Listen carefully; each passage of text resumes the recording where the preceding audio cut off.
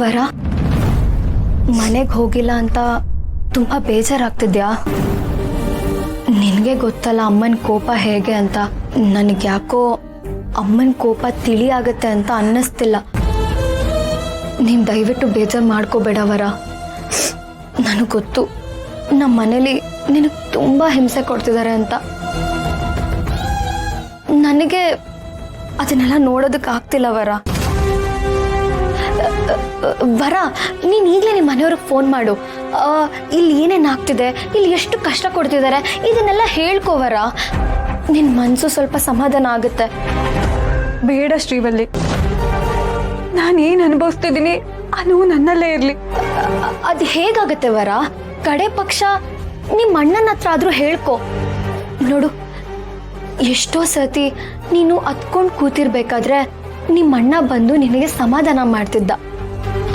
ಅವನ ಹತ್ರ ಆದರೂ ಹೇಳ್ಕೊ ವರ. ನಮ್ಮಣ್ಣ ಆಫೀಸ್ಗೆ ಹೋಗಿ ಬರೋವರೆಗೂ ನೀನು ಒಬ್ಳೇ ಇರ್ತೀಯ. ನೋಡು ವರ, ನಿಮ್ಮ ಮನೆಯವ್ರಿಗೆ ಫೋನ್ ಮಾಡಿ ಮಾತಾಡು. ಇಲ್ಲ ಅಂದರೆ ಕದ್ದು ಮುಚ್ಚಿ ಆದರೂ ನಿಮ್ಮ ಮನೆಗೆ ಹೋಗ್ಬಾ. ಅವ್ರ ಹತ್ರ ನೀನು ಎಲ್ಲ ಹೇಳ್ಕೊ, ನಿನಗೆ ಸಮಾಧಾನ ಆಗುತ್ತೆ.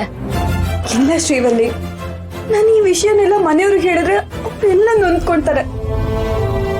ಕೊಟ್ಟ ಹೆಣ್ಣು ಕುಲಕ್ಕೆ ಹೊರಗೆ ಅನ್ನೋ ಹಾಗೆ ಏನೇ ಆದ್ರೂ ಅದು ನನ್ನ ಪಾಲಿಗೆ ಬಂದಿದ್ದು ಅಂತ ನಾನೇ ಅನುಭವಿಸ್ತೀನಿ. ಏನಿದು? ಇವಳು ಮನೆಯವ್ರ ಹತ್ರ ಯಾವ ವಿಷಯನೂ ಹೇಳಲ್ಲ ಅಂತಿದ್ದಾಳಲ್ಲ. ಇವಳು ಇಲ್ಲಿ ಅನುಭವಿಸ್ತಿರೋ ಸಂಕಟ ಎಲ್ಲ ಅವ್ರ ಮನೆಯವ್ರಿಗೆ ಗೊತ್ತಾಗೋದಾದ್ರೂ ಹೇಗೆ?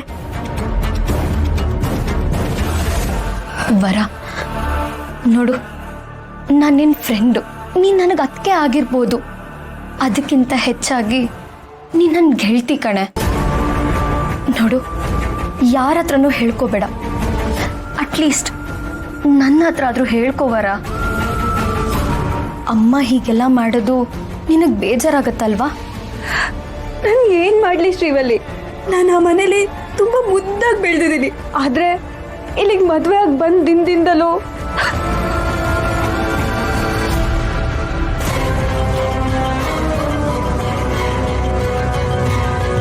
ಹೇಳುವರ, ಹೇಳು. ನಾನು ಈ ಮನೆಗೆ ಬಂದಮೇಲೆ ನನ್ನ ಜವಾಬ್ದಾರಿ ಏನು ಅಂತ ನನಗೆ ಗೊತ್ತಾಯ್ತು. ನೀ ನನ್ನ ಗೆಳತಿ ಆಗಿರೋದಕ್ಕೆ ನಿನಗೆಲ್ಲ ಹೇಳ್ಕೊಳ್ತಾ ಇದ್ದೀನಿ. ಹೇಳ್ಕೊ.